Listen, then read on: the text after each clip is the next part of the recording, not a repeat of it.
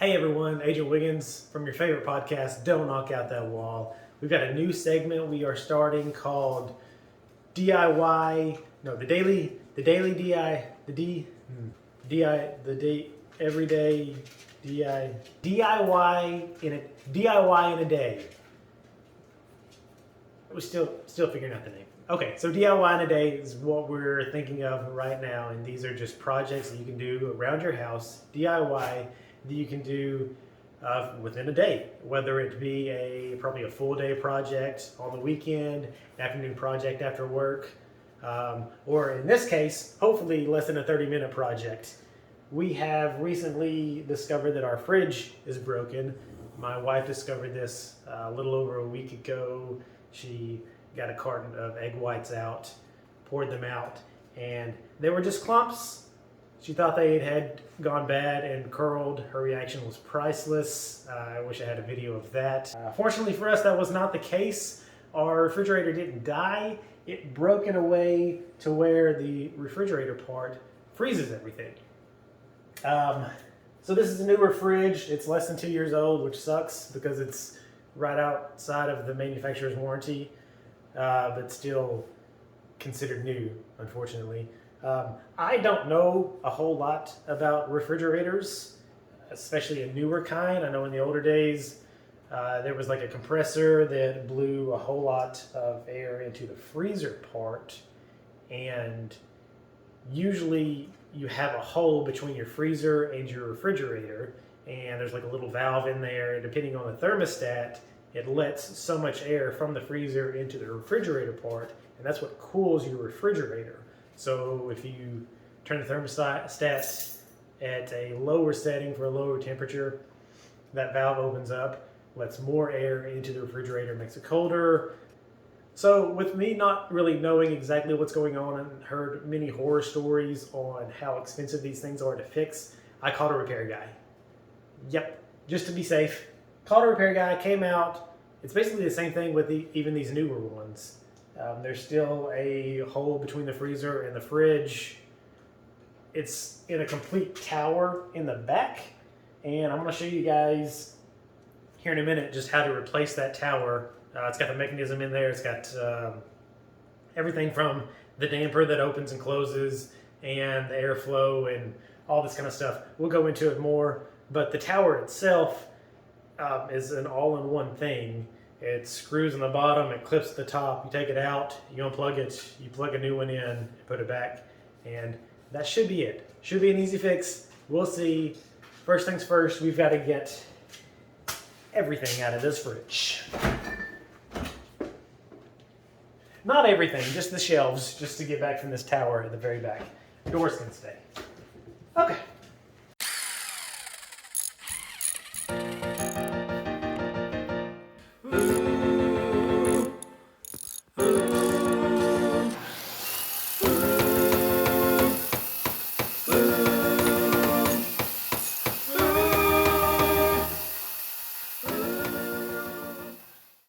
Okay, I'm back. I don't know if you saw in that, I try to speed everything up to make it quick, but I spilled some sauce on my shirt, so I had to make a wardrobe change real quick.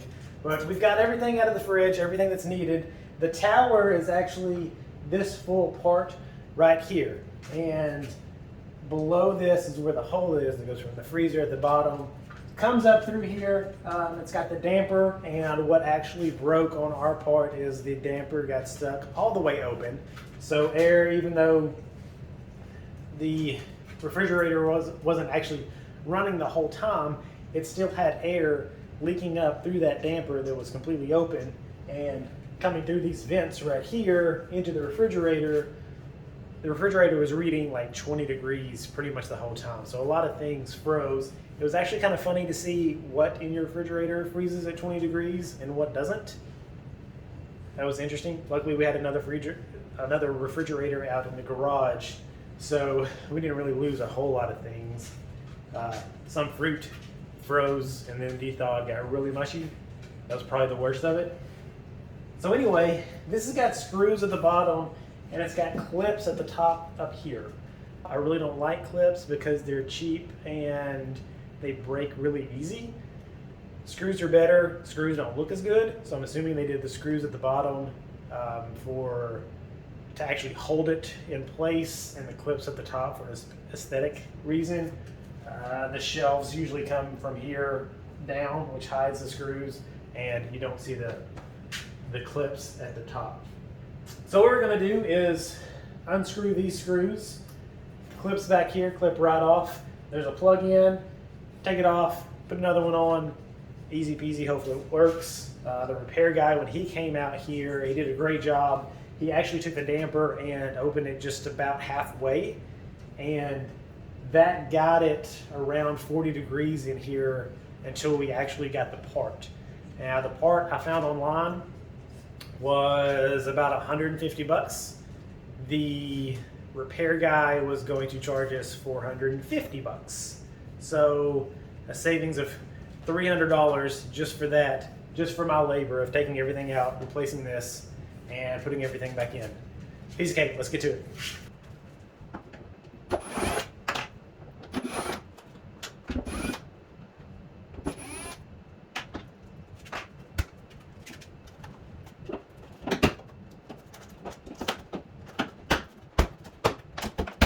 And try to be careful with unclipping those because you don't want to break anything from the fridge part itself. And it's got a little clip.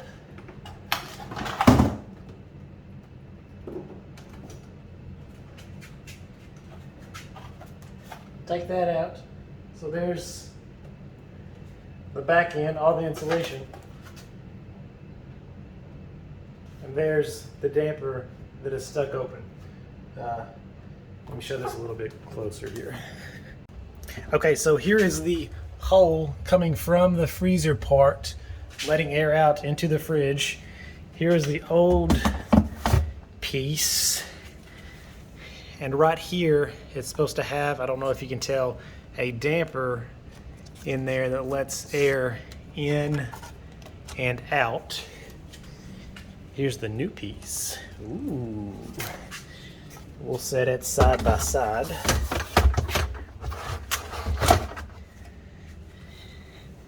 And you can see this is closed right here. This completely open. And then if you come back over here, I've actually pushed this a little bit further open, and then this moves back and forth depending on your setting and what the temperature is in the refrigerator. And again, so this flap is kind of opening and closing, and this one was stuck all the way open. So the new one will fix that. Okay, we've got this one in place. I'm gonna try to do this one-handed. So here's the clip that just clips on here that controls everything. And again, this tower that I'm replacing, controls everything. So it's got it all right here. I don't know, it's like an all-in-one piece. So there's that. We're gonna put this back up here. I'm gonna clip the tops. I'm gonna put these screws right back in here, and we should be good to go.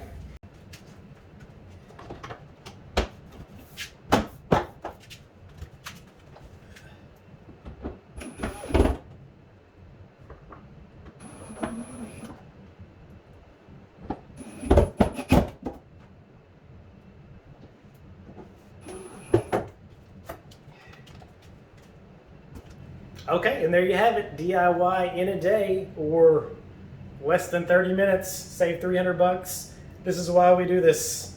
Save money, easy peasy. I will have my other thermometer in here and check the internal temperature for the next couple of days just to make sure it's working right.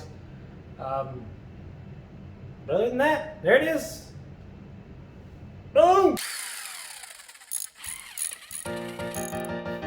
Got to DIY. Oh, baby, you know why. Well, if you got the time, I'm gonna give it a try.